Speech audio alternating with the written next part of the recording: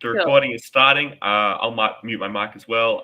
But thank you, Heather, for hosting today, and take it away. Thank you, everyone, for joining. Yeah, thank you, guys.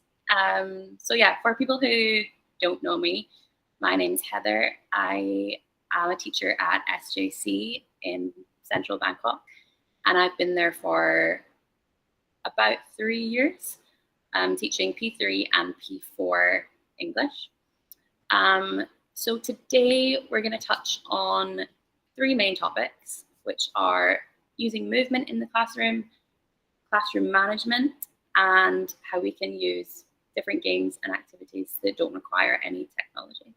So let's get into it. This is a brief outline of what we'll do. Like I said, movement, so how and why we can use movement in Prathom classrooms, why it's helpful for us as teachers and beneficial for our students. Secondly, managing a classroom. We won't cover all bases with classroom management because it's such a big topic, but we will touch on some of the things that I find really helpful. And then thirdly, games that don't require any extra technology, because not all schools have access to the same tech.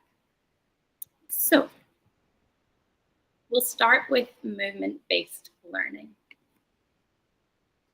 So I've included this quote that I really like. It says that movement isn't a break from learning, it's a path to it. Because I think that often as teachers of younger students, it's really easy to think of movement as something separate from learning. Like we use brain breaks, or we allow our students to dance around to one song as like a break from learning. But actually, if we can incorporate movement into our learning, into our teaching, then it's more effective for us because we're not wasting time, and effective for our students and more enjoyable for them too. So what is movement-based learning? All of this slide really is just to say that movement-based learning is essentially using physical movement to enhance learning. So anything that involves your students standing up, moving around, actions, all those kind of things, gestures for vocab, all of this falls under movement-based learning. And this kind of theory recognizes that mind and body are connected, and that movement can really positively impact language retention, memory, and overall learning. So Prathom students have energy. I'm sure that we all know this and relate to this. I'm sure we've all had classes where it feels like our students have way too much energy, but the key, I think, is in how we can channel their energy. And rather than fighting against it, I think where we can lean into it is when we have the most effective and most fun classes. I'm not suggesting that you let your students, like do cartwheels in the back of the classroom, which I have had before, but that channeling that energy in a productive way is better than trying to fight against it and have our students sit still and sit in silence at all times, because a silent classroom is not necessarily a good classroom. So why is movement useful in Prathom? Kind of touched on this already, but movement improves memory, language retention, encourages engagement and participation, which is kind of the point of Prathom classes, that we want our students to be speaking as much English as possible. It's great for young learners who have a lot of energy, and easy to adapt and use in any lesson. So it doesn't require a ton of preparation or extra resources. So how can we incorporate movement into the classroom? These are some of the things that I use. So total physical response, which essentially is asking our students to respond to commands with physical actions. So for example, probably the most used example of this is something like Simon Says, where we give an instruction and students respond to it with something physical. So touch your head, touch your shoulders, clap one time, anything like this. This works really well for reinforcing vocabulary. We did a unit on body parts recently, so that works really well for that, reinforcing that vocab, but also as a transition between activities in classes. It can be a really effective way of getting all your students back on the same page. And also it's a great way of seeing who is and who isn't engaged or paying attention. Because if you say, okay, everyone touch your head, and then there's 3 students at the back not doing that, it becomes visible to you that they either are not engaged or that they don't understand the instruction and might need extra support. So it's something really easy, but really effective. Secondly is using actions and gestures with vocab and grammar lessons. This is super simple, but really effective. One unit that I did recently was like class subject. So one of our vocab words was PE, and had all students stand up and do star jumps and just shout PE, PE for like a good few minutes, which really tired them out, but also worked really well in like retaining that language. But using physical actions also with grammar lessons, I think can be a little bit harder, but works really well at making the kind of abstract concepts of grammar more concrete. So for example, when I teach contractions in a grammar lesson, I'll get my students to physically show me like the joining of 2 words. So for example, we'll do there is theirs. So they know that it's 2 separate words and they put it together to make one. So I'll show you a video that hopefully demonstrates this a little bit.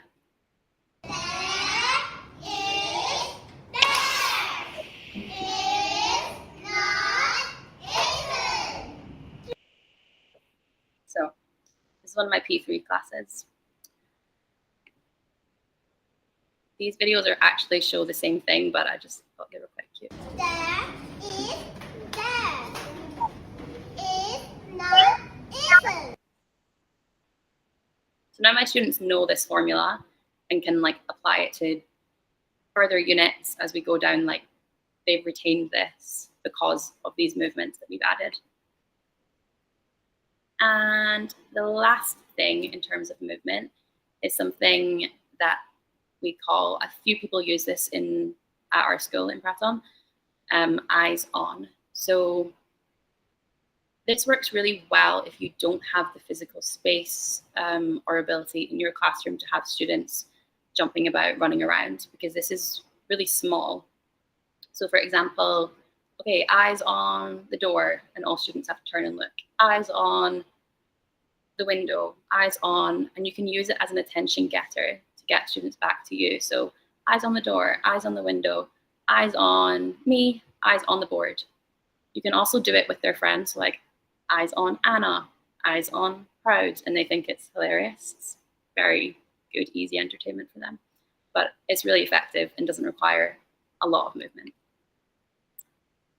Okay, so this is where I would love to get some input from you guys about what movement you use in the classroom, any movement activities that you want to try, and any of the challenges that you face using movement in the classroom. If you have a phone or any device, you should be able to scan this and it should take you to a Padlet where you can type your answers. Or I don't know if James wants to. I was thinking about breakout rooms, but I'm not sure how many people are actively here. So if we could maybe just take turns in this room. If we need to have breakout rooms, I've got it ready. We can make some splits. But how about we just get maybe some responses here, and we'll see how that goes. Perfect. So yeah, hopefully the scan works. Let me know if not. So I've got the app open as well. Scan works, no problem. You just press the plus down the bottom to open it up. If anyone wants to just unmute their mic, though, they can probably respond here. Like, so what are some challenges using movement in the class, like that people currently go with? Like, what's something we can discuss that someone has, or what are some activities, some suggestions here?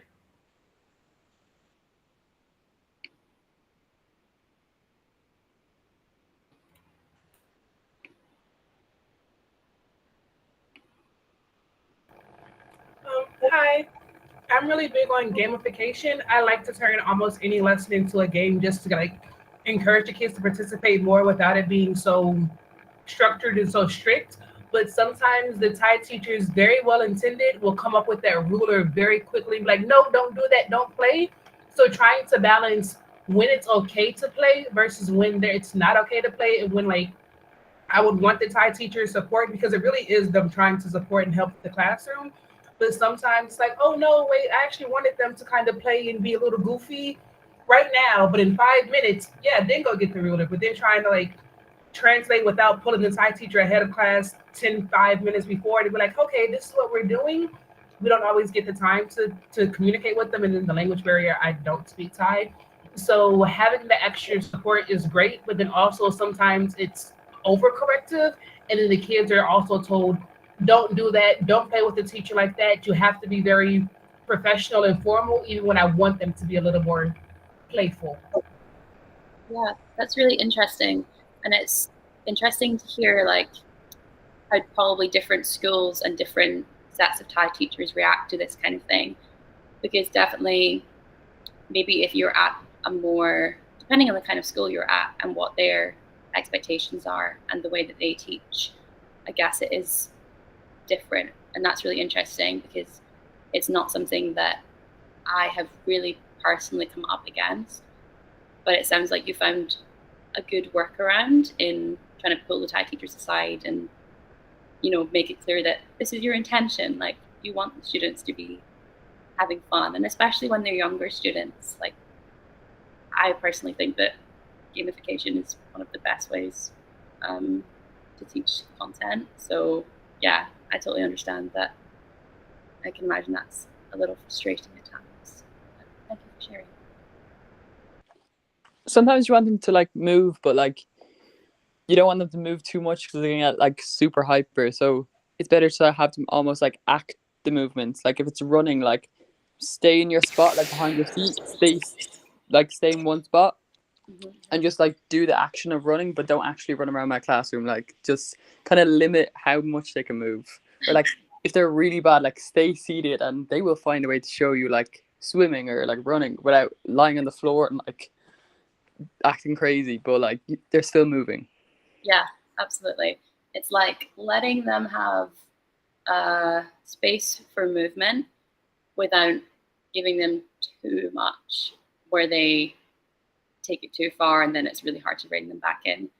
Yeah, I totally relate to that. Sometimes I think when you're laying out these activities, it's important to be so clear with your expectations and what is okay in terms of movement and what's not.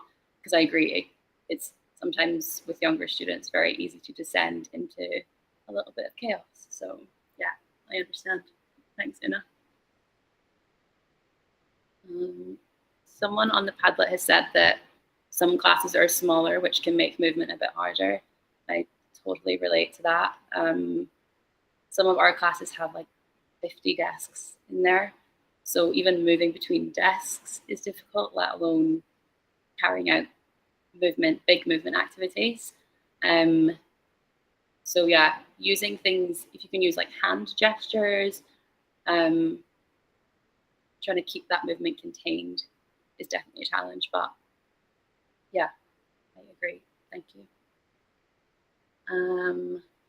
Someone else also said that it can be difficult to figure out what purposeful movement you can add to lessons. Yeah, I think that's a good point. You don't want to feel like you're doing it just for the sake of doing it if it's not actually adding any benefit. Something that I try and brainstorm on quite a lot and is difficult sometimes to come up with, particularly with grammar lessons where it maybe doesn't feel like there is a natural movement that can be added to this. But yeah, a bit of brainstorming. Yeah. That I like the combining words. There is theirs. Like I think that using that movement's a really cool way to do that. Does anyone here have anything similar that they've used before or have seen potentially that they could share with the group and maybe we could get some more takeaways from the workshop together? I do the same thing for my CVC words for the kindergarten. So if it's like k, at, t, and then I let them choose a weird action or something, like whatever you think of as a cat, like the little meow growls or whatever. So whenever we're going through the drills, they're saying like k, at, t, cat, doing the little hand action. And then for like the next words, bag, ag, either they pull out their bag or they try to do something to show that they know what that word means, but really I'm just trying to get them to say the word. But when they're looking for the item, they don't think that they're speaking English. They're just, oh, I know the answer. Good job. Yay. Right. Yeah, no, exactly. It's like sometimes the best way is when they don't even realize that they're learning something new or that they're using the target language or vocabulary, because they just having a great time, which is a win for them and a win for us, I would say. Very nice. Yeah, someone has made a point in the Padlet that some students don't really take movement activities seriously or are a bit apathetic, particularly with older classes. Yeah, having only taught P3 and P4, I'm probably not the best person to speak on this because the younger students are always pretty excited to get involved. But I can imagine that with older students, especially as they get to P5, P6, that enthusiasm probably wanes a little bit. So it's about finding things that do still interest them, but that they don't think are uncool, which I imagine is a challenge. I think another part that may contribute to that as well, and it is a bit difficult, is when, like, if you're trying something new for the first time and it doesn't hit. Maybe they don't quite understand initially, and it's harder for people to sort of communicate that. You may have to get some translation within the classroom, and then it's kind of like, oh, okay, we're slowly trying to actually understand what we're doing first, and then we have to do it. As the teacher, you kind of feel this slow, like slowly getting to it feels like it's not good, like it's not a good thing. You already potentially feel a little bit insecure about doing this silly movement, which maybe you're not actually used to. So then when you're not getting good feedback, when it looks like resistance, it makes you feel like it's not good. And therefore you're kind of like, okay, maybe I shouldn't do this, or maybe it isn't very good. And I think they can potentially sense that energy from you as well.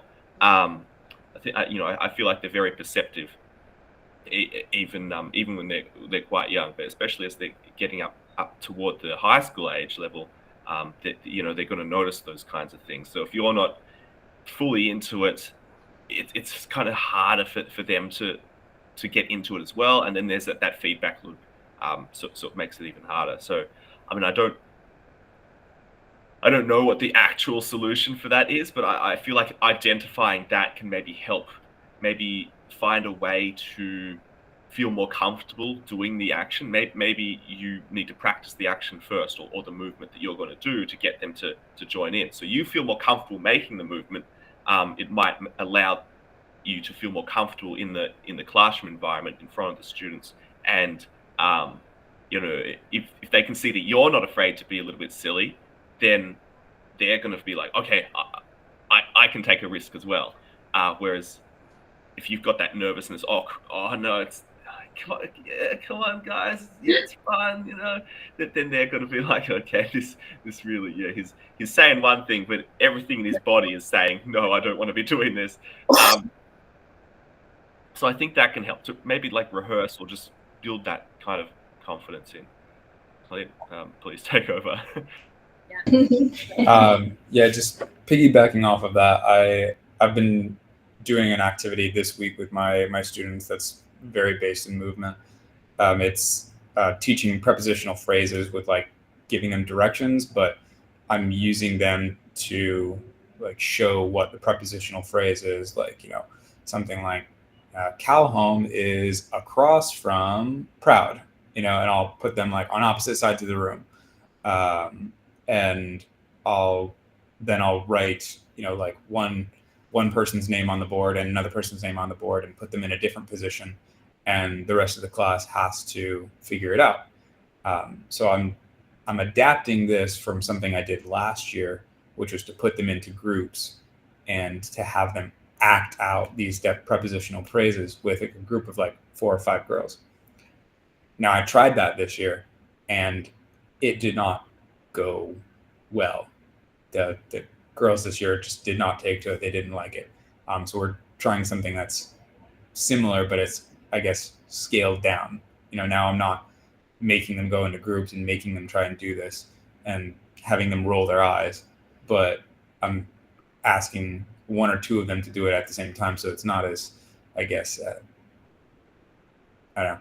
It seems to work a little bit better, but it's just about kind of reinventing an idea when they don't really take to it at first, if that makes sense. Yeah, totally. Like, I think that goes for so many things. Figuring out, okay, this is not working, and how can I adapt this slightly to make it work? So, thanks, Glenn. Christina.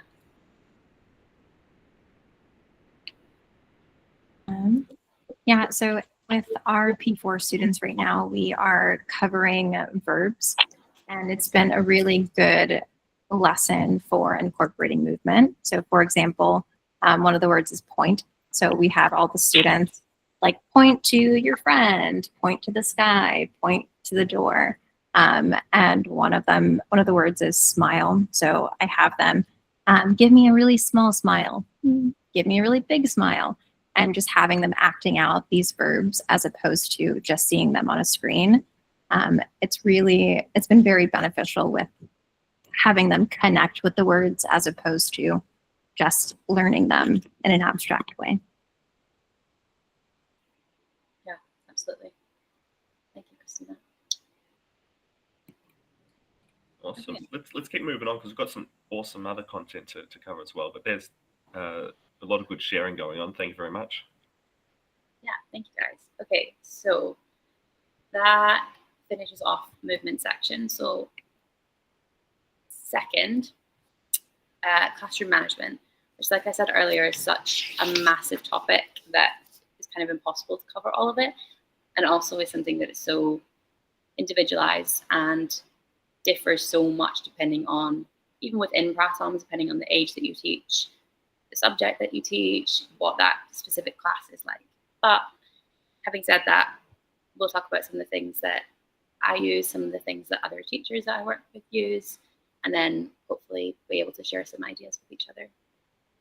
So another quote, because I really enjoy a good quote. It says, strong classroom management isn't about being strict, it's about being consistent. I really strongly believe in this because I think that particularly with younger students, consistency and routine goes so far and is so important. We don't want our students to be bored, but younger pupils really thrive on routines. So one of the main things that I do to establish a routine, one of the main routines that I use in my class, is using timers for everything. I didn't do this in my first year of teaching, and I noticed a huge difference once I did start using timers, because they keep students accountable. They give them a clear visual expectation of when you need something done by. And it gives them a little bit of responsibility for their own learning. So for example, this Mission Impossible timer, I use this at the start of each class.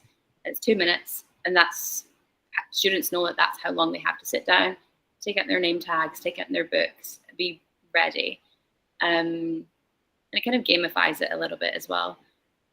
As a side note, I do not recommend necessarily using the Mission Impossible timer for anything other than this, because if you try and use this while they're doing, say, a writing task, and you say, okay, you have 2 minutes to finish this, the Mission Impossible bomb timer is a bit intense for that. So something a bit more chill works better for me if you're asking them to complete a worksheet or a writing task. You can have these up on the board. They can see what's expected of them. And it also just helps avoid that start of class kind of disorganization and chaos while everyone's getting ready. It's like, you've got 2 minutes to do this, and they know that. It's clear, it's the routine, we do it every day. And this has been really effective for me. And there's a ton of timers on YouTube that you can use. Someone has a hand up, maybe. Angel. Go for it. Hi, Heather. Hi, Angel. Hi, I just wanted to piggyback on the Mission Impossible song. So often I would ask kids to come up to the board and do something on the board, and some of them take their own sweet time. So now I've started doing dun dun dun dun dun dun dun dun when they walk up to the board, and they really like it. So when a kid is really slow, all the other kids will start dun dun dun dun, and then they just rush up. So I just want to say, yeah, I like how you talked about that. Thank you very much. That's great. I really enjoy that. Yeah, some things that you think this is going to be really easy and take 30 seconds can turn into 5 minutes because, yeah, I understand they like to take their time with things. So I really enjoy that. Thanks for sharing that, Angel. Yeah, so there's a ton of timers on YouTube. You can play around with them. I kind of use the same ones because they have the same music. So it's almost like an audio cue as well as a visual cue. For students once they're used to that, once you've set that up. Secondly is establishing a good reward and consequence system. I think this is really, really key in managing a classroom. So at SJC, I think all of the teachers in Prathom use Star of the Week, and we have done for years now, really. So for Star of the Week, we have paper certificate. We choose one student per week who is the Star of the Week, and they get a certificate at the end of the week, and they get to choose, like, some teachers do stickers, like we have different small prizes. You don't have to use prizes, you can just use a certificate if you prefer, but they get so excited about it, and we do like a drum roll before we announce the Star of the Week, and it is, I kind of thought the enthusiasm for this might wane a little bit, but it really hasn't. They absolutely live for Star of the Week. So this works really well for us. I'll come back to Class Dojo in a second, but a good system that a few teachers have used in the past at our school is writing the letters GAME, so game, on the whiteboard, really big. And once students are familiar with your classroom rules and what's expected of them, if they're not meeting those expectations, it's just erasing one letter. So students are off task or they're not listening or whatever, you can erase the E. And this kind of acts as like, so basically, essentially, if the whole word is erased at the end of class, we don't play a game. If they still have at least one letter, you still play a game. So it's kind of a 4-chance system. This one is good because it doesn't require any, you don't have to print anything. You don't have to prepare anything extra. And again, it's really visual. It's quite clear for them to see. And often when you erase a letter, if someone's not ready, all the other students will like tell them to stop talking or whatever. So they really turn on each other in Prathom sometimes. And then Class Dojo. I don't know if anyone uses Class Dojo. I think some of the teachers at VRU were maybe using Class Dojo for a little while. But if you're not familiar, Class Dojo is an online system where students can individually collect points for good behavior or good work. So this is an example from one of my old classes. You can individually assign points to students throughout a lesson, and there's a reward at the end. So for example, you could say, once you get 100 points, we will have, everyone can choose a sticker, or we'll have a day where we play games. It can be whatever you want. And then they have something to work towards and a target to meet. And it kind of gives them individual accountability and responsibility too. But I know that with some classes, there are really, really large class sizes and class numbers. So another thing that you can do, that I do, is instead of having individual students, I just have a Class Dojo per class. So 3/1, 3/2, and they collect points as an entire class rather than individually, because it can be quite hard to keep track of 30 plus students on one page. Sorry, excuse me.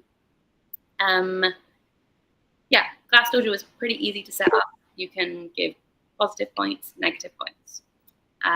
Yes, someone has their hand up. Please feel free to go ahead.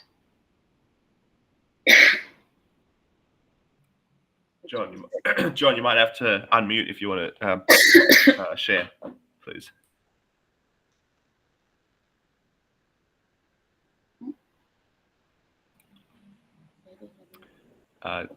John, if you want to unmute, you can share. If you didn't mean to put your hand up, you can just put your hand down again. That's fine as well. Maybe we can come back to it. Maybe just keep rolling, Heather and John. If you get back, we'll figure out the microphone situation. Just put your hand up again or type in chat, and we'll get to you. Thanks. Okay, so that's a very, very brief overview of Class Dojo, but it's always worked well for me. The students get really excited about being able to choose their own monsters, and you can design them and edit them. Sorry, can you hear me now? Yes. Perfect. Right. Yeah. I'm using my phone. I had to change the settings on it. That's all right. Yeah, I use Class Dojo all the time. And yeah, on an individual level, we don't use it like that. We actually use it as groups. So I have maybe 6 to 8 groups in the class, about 5 students. And I try and make them as balanced as possible. So, okay, the first time I'm teaching a class, I'll need to work out what their level is. So maybe and what we'll do is we'll do it up to the midterm, and they can accumulate their points up until the midterm. And after that point, then I'll have a better idea about balancing them for the next set of groups for the final term. But that way, I find it's really, really useful because they're always trying to push each other on to get as many points as possible. And at the end of the midterm, they can get prizes. So it could be like KFC, or it could be pizza, or just donuts or something, whatever the wheel chooses. And it's a really, really helpful motivational tool. I've used it for a while now. So the individual one, personally, I don't think it's particularly helpful for me, the way I teach. But the groups one is definitely a winner. Great. Yeah, thank you so much for sharing that. I've never thought of doing it as set groups within one class, but I really like that idea because it kind of keeps them accountable for each other as well. So I think that's a great idea. The peer pressure is the right. The key, for sure. Yeah, thank you so much for sharing that. It's really helpful. Okay, so yeah, that's a brief summary of Class Dojo as a classroom management reward and consequence system. So moving on to call and responses. So again, this was not something that I used in my first term of teaching, but I believe that a good call and response is a complete game changer in terms of managing your classroom. So at SJC, waterfall is a very popular call and response. So we'll introduce the concept, explain, what is a waterfall? What sound does it make? And then we use it exactly. So we have all our students have 2 hands in the sky. We say, okay, waterfall, and all the kids go, shh. And then they have to be, the expectation is that they are quiet and are looking at you at the end of that. And it's something that a lot of teachers have started using and I think works really well. It's really simple. And yeah, has been really effective for me personally. Another one that works well in my experience is just really simple clapping. So clap 1 time, clap 2 times. And it gets, the kids who are not paying attention start paying attention because everyone around them is doing the same thing. Sometimes it takes more claps than you intend for it to. I think I've gotten up to clap 7 times before because there's still kids not paying attention. But this is something that a lot of Thai teachers do as well. So at least within our school, this is already like a well-established method of getting attention back, and works really well. Another popular one, something like 1, 2, 3, and these kids say, eyes on me. Oh no, wait, that's wrong. You say 1, 2, 3, eyes on me. And the kids say 1, 2, eyes on you. I don't use this one, clearly because I can't even say it. But I tried to explain this to the P3s, and they also, like me, did not grasp it. So maybe for older students, this is better. There's a ton that work really well. Also, leaning into things that your students are interested in, things like social media trends. I'm not on TikTok. I don't know what's cool, but using things like TikTok sounds or things from like K-pop songs or whatever it might be, things that they like and get excited about. Thinking about how you can adapt that into your own call and response is great because they get really excited about it, and kind of keeps them engaged as well. Okay, that's call and response. Yeah. There's lots of kids love saying chicken, banana now. So Banana, yeah. That's something I want to throw in as well. Yeah, that's a great They might idea. get too hyped. Yeah, they really, we've just been teaching food, and one of the vocab words is chicken. So I think in P3 we've heard chicken banana like 100 times in the past month. But that's a good idea. Okay, moving on from call and responses. Once you've decided what the call and response is going to be, drill it, practice it, set the expectation very clearly that the call and response means that students should be quiet and should be looking at you. If they're not meeting that expectation, then your call and response is not going to carry any weight, is not really going to help you out. So drill it until they understand what the expectation is and can meet it. Okay, I think that takes us to the next sharing point. This is the same Padlet, so if you still have it open, you should be able to scan it. If anyone has any input on their biggest challenges with managing a classroom, any strategies that you guys use and what works well, or equally what doesn't work well for you, feel free to share it on here, or equally feel free to put your mic on and share it here too. Yes, John, go for it. So what I do with my classes is, just to ensure that we have class readiness. We have a set of instructions that the class have to follow before we initiate the class. We normally do this with a rotating leader each week. So not just one leader for the whole year. It'll be just someone in part of those teams that I told you we use for Class Dojo.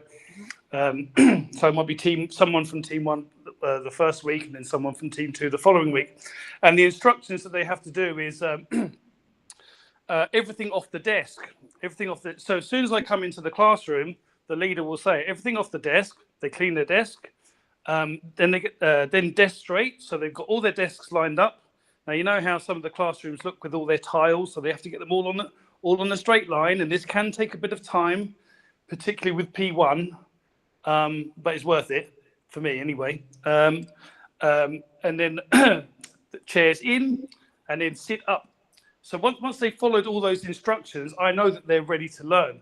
And it can take a bit of time at the beginning of the term to get them to follow it. But once you've got that in place, you can use those instructions then to use them as attention grabbers, like you said before. So, eyes on me, eyes on you. Okay, I don't use that, but I'll just use sit up. And as soon as I say sit up, they will follow that instruction. They'll all sit up straight. They'll all look at me. And then I can deliver the next bit of teaching that I need to do. And that for me is really, really helpful. Yeah, that's great. It's like almost having those kind of buzzwords that students immediately recognize and respond to. I think that's great, because I totally relate to the kind of, sometimes yeah, just the layout of the classroom, the desks, it throws off everything. It's unorganized. So I think that's a really good strategy. Well, when I came to Thailand, I noticed about how much they do all their scouts, and they're kind of very kind of military in the way that they do things. And I thought, well, okay, why don't we try and do this then, where they have to kind of follow those instructions? And like I say, for me, it's worked very well. And I know we have our own styles and whatever, but it does help me to make sure that they are ready before they learn. Yeah, I think that's a great idea. I think that could work well for across all ages in Prathom. Thank you so much for that input. I really like the point that as part of the getting ready routine, the word you repeat that word, the sit up word that they already know because they have to do it every single class at the start. You use that also as the attention grabber as well. So it's something they sort of get to learn more and more, or get to practice more and more, and drill more and more. As an example, when I was covering for a few weeks, I did a call and response. I did the 1, 2, 3 eyes on me. I probably didn't drill it as much as I should have, but I know I drilled it for a few classes more than another class. And that other class, I remember I got COVID. I got sick for a few days, right? And then I actually had the bulk of my class, like periods with that class, when I was sick. So that was actually covered by other people. And they weren't responding as well to that call and response. I think because I didn't drill it as much, because I sort of missed out on that. So I really think the point you made about drilling and consistently just reinforcing, like John is reinforcing with sit up every single day, every time he sees them, like that sort of thing. The routines you were saying all really matter when you can reflect on your classes and how much you've actually tried to get something to become a thing. If you think, okay, I actually haven't done it that much with this class. No wonder they don't really treat it as a thing, because I'm not like, I haven't built that up for them. I haven't given the practice opportunity. So I think that's a really awesome point. Thank you for sharing, guys. Yeah, definitely. Someone in the Padlet has said that overall behavior, talking constantly, quietening down for really short periods of time, not staying seated is a difficult one.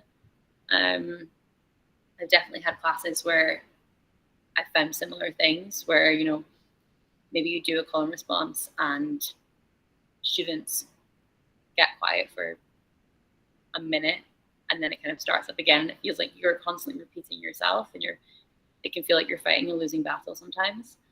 I think that's where a really good, strong, established consequence and reward system can be helpful. So if you're continually having these issues, there is a consequence, whether that be you're taking away class dojo points, and just really, really following through on that. Yeah, again, solutions with things like that are tough because every class is so different. But for me, the biggest breakthroughs that I had with difficult classes like that was really just always coming back to the expectation. Either we're working towards getting a reward, we're working towards a target and getting something, or we're losing points. Yeah, I relate to your frustration with having students be moving around the classroom a lot. Christina's also put in here about, oh yeah, you have a good call and response, Christina. I don't know if you want to share that.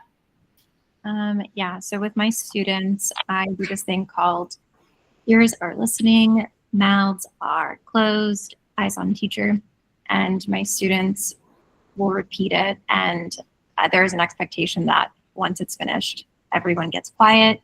They also do the movements along with me.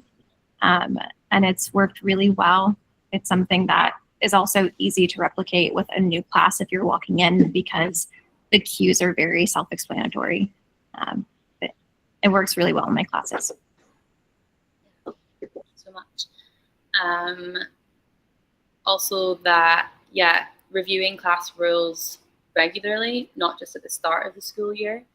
I know this is something that teachers at our school also do. So even though it takes up time at the start of your lesson, again, it's like what James was saying earlier, with Prathom students, sometimes you have to drill things more than you think is necessary for it to actually stick and for them to really remember it and recall it. So it's something that we do quite a lot in our office. The teachers in our office is constantly review those rules, like 1 minute, 2 minutes at the start of each class. Okay, what should we be doing today? What should we not be doing? What are we working towards? Just as like a consistent reminder, because they do forget these things. Yeah, thank you for sharing that as well. Anything else, or can I move on? Oh, yeah, Christina, go for it. Yeah, something I just wanted to add as well. Circling back to, we had talked about the consequences, and if students are not following the call and responses, it can be really helpful to give them a gentle reminder following consequence, reminding them that they can still come back from that consequence and work towards a common goal or something that they really want. So usually when I take a point away, I immediately remind them, well, even though we've just lost a point, we can still gain this point back if we are all following our rules, etc. Yeah, right. It can be easy if you have classes that are challenging with behavior to keep it positive sometimes. Yeah, definitely. But yeah, I think that's a good way of managing that. Yeah, because it can be really hard if it's just a series of consequences. It can discourage the students. And yeah. Absolutely. Yes, John. I just remembered the point about Class Dojo. So when you're using Class Dojo, I know I have the benefit. I have a teaching assistant as well. So she has the app open on her phone, okay, and I'll have it open up on my laptop. And if I've got it open up on my laptop, and when she uses her phone, there'll be a sound off on the TV. When they've got a good point, it'll be a nice ding, and then when they've lost the point, they have the down sound, and that is really, really helpful for that kind of Pavlovian response. So if you're going to use it, I would suggest that you do make sure you have the sounds on as well. Yeah, I think that's a really, really good point. Yeah, it's like that thing where they respond to the sounds, they get to know it, they understand what that means without you even having to say anything. So I totally agree. The sound, particularly on Class Dojo, is really effective. Thank you for bringing that up. Okay, shall we move on to the last section? Okay, so finally, section 3 is no tech games and activities.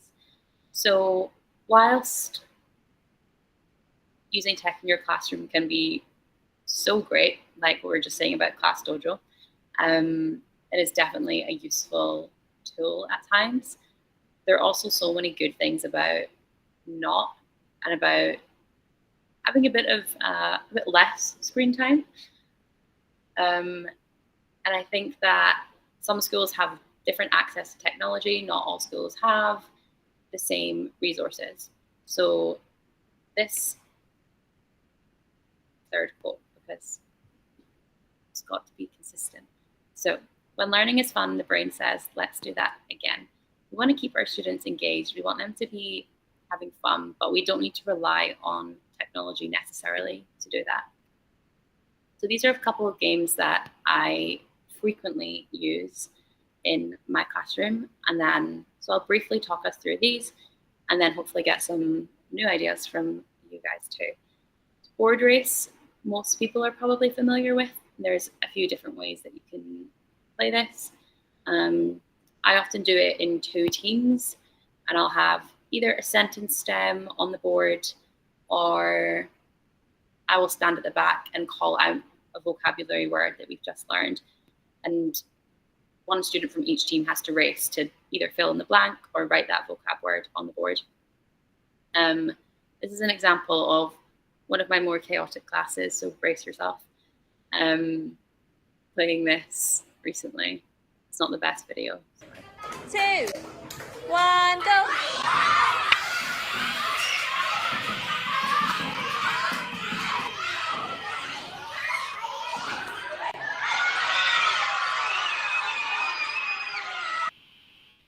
Okay, as you can see, pretty exciting stuff.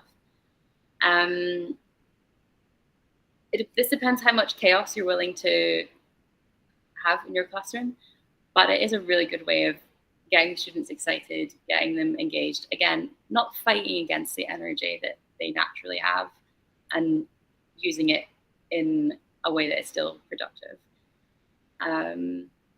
Secondly is a game that I call Snowman. Snowman is essentially a less morbid version of Hangman. So the only things you need for this are your whiteboard and markers. So in the same way as Hangman, really, I'll draw a snowman on the board, choose one of the vocab words, and students have to guess, take turns to guess the letters in the word. And then if they get it wrong, we start to slowly erase the snowman, so it's like melting. And they really love this. And you can also let them choose the words. They can lead this game by themselves, depending on what age they are. This picture is my P4 class this week. We did this, and they get very invested in the well-being of the snowman. That's awesome. I want to just add there as well. I did another variation where it was like Hangman, but I drew a picture of myself, and then as we went along, I erased pictures of my body. So if I erased a leg, then I'd start hopping on one leg. I erased my eyes, and I cover my eyes, and be like, oh no. And I think it really works for particularly the younger ones who find that sort of thing funny. But I think, you know, if you do it with enough energy, you can probably get some of the older kids enjoying it as well. So I think that's another variant. There's heaps of variants out there, but that might be a bit of fun as well to make you show that kind of energy that they can resonate with, if that makes sense. Yeah, definitely. That's great. I'm going to use that. Thanks. Yeah, this one, super simple. Next thing that I use a lot is a version of hot potato. So all you need to run this is some kind of ball or a soft toy, really anything actually that the students can pass between themselves. This is kind of cheating when I said no tech, because I do use a timer on the board with this, but it's not vital. You can do it without a timer and it's still pretty exciting for them. So I'll tell them, okay, let's go as fast as we can. Everyone has to recall one of the vocabulary words that we've learned. So you can do this as a review at the end of class, or as a warmer and a reminder of the vocab that you've learned previously. This is one of my P3 classes doing it. I think the audio is not great, but hopefully you get the gist of how this runs.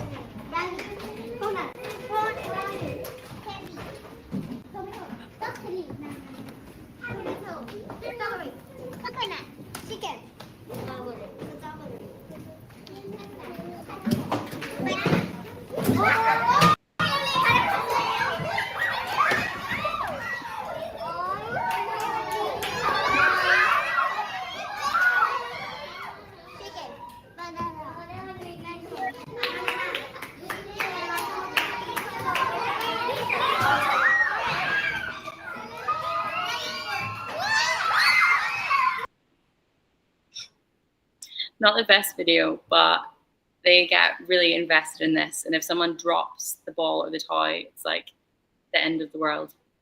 But it's a really good way to have all students engaged, make sure that everyone is speaking and is involved in even in a small way. Okay, this one is something that I use as a warmer, often at the start of a new unit when we're introducing new vocabulary. For this, you need a printer, so kind of tech, but you don't need tech in the classroom to do this.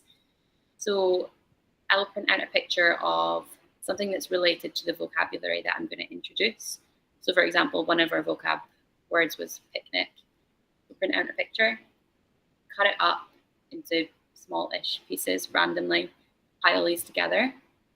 You can do it with multiple different pictures, and then split your students into groups, give each group a set of the cut up pictures, and then give them a set amount of time to piece it together, and then ask them, okay, what is this? Or what do you think we're going to be learning about? Or it kind of is a good way of eliciting vocabulary before you've actually even taught it, and kind of getting a gauge of what they know in a fun way. You can do this with multiple pictures, multiple groups. You can switch groups. They can race against each other. There's a ton of variation of the ways that you can run this, but it's pretty simple and works pretty well as a fun, like, warmer game. Okay, I think that is my last one. Yes, same here. If anyone wants to share any games or activities that they use that don't require technology in the classroom, please feel free to do so.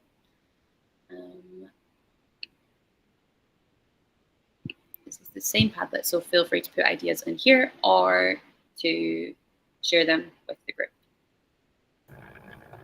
I have two variations of four corners. One is like the old version of like skating rink. You put different vocabulary words in the four corners, and then in small groups, I would let the little kids try to like jet around, to practice listening and matching the words together. And then there's like, when the kids are all sitting, you would kind of like write on the board, like if they're animals, like cat will be the top, to the left would be dog, to the right would be possum, to the left would be horse. And then whenever you say the word, the kids would have to like walk forward to match the words that are kind of there. So one is more movement based where they're running around, and the other is just the like seeing who's catching on to being able to match the word. Or if you just write a word, then they would know which direction to go. Those two games are kind of like that. Yeah, great, thank you. Yeah, I think any kind of variation on a four corners game, again, good for movement and fun, good way of seeing what they know. Obviously depends on the kind of classroom, physical layout of the classroom that you're in, but I think that those are both really good ideas. Thank you for that. And let's put anything in here.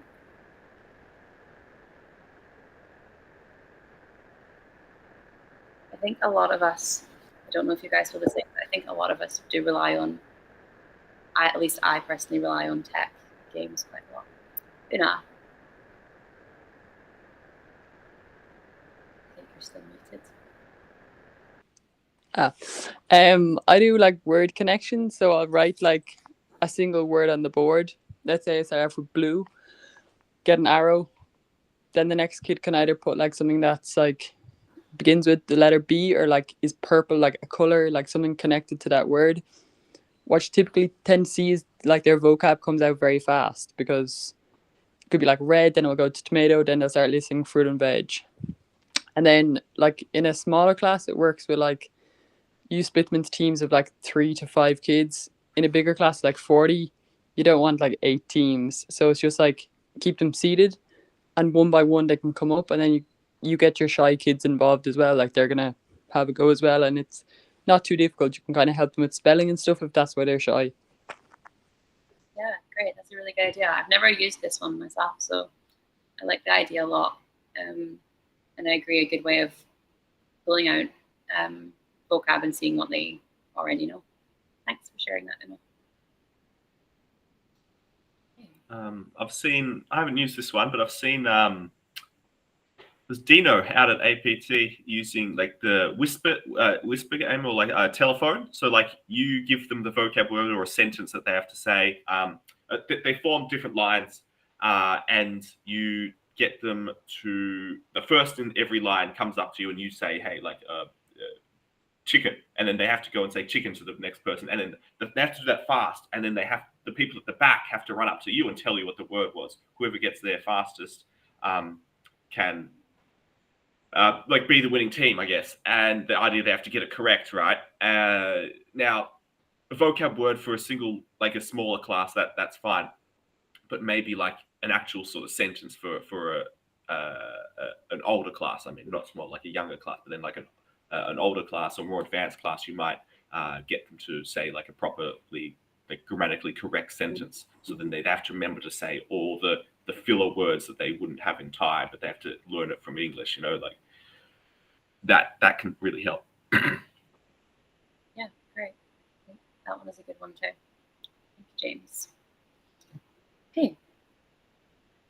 I think unless anyone else has anything extra to add, we will probably wrap up there. Thank you. Yeah, so much. that's awesome. Sure. Thanks everyone for joining. Thank you so much, Heather, for hosting today and sharing your experiences. Everyone contributing as well. That's been fantastic.